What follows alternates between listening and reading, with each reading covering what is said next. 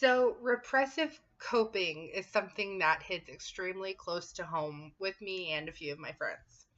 Repressive coping is a coping mechanism in which you feel things like you have all the bad feelings and emotions and you repress them. You tuck them away inside, you don't deal with them.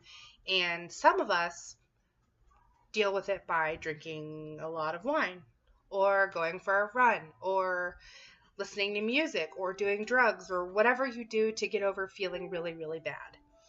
Repressive coping has to do with the different stressors that you have. So, whatever your stressor may be, school, work, family, other personal things, dealing with them is extremely hard. It's hard for everyone. It's hard for me.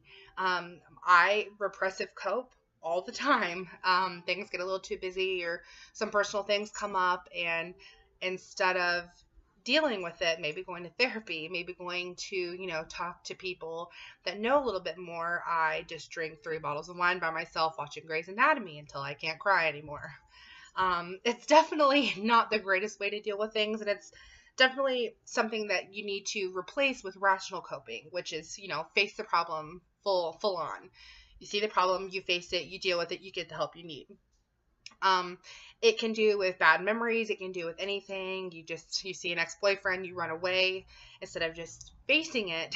You run and you want to repress those emotions that you have.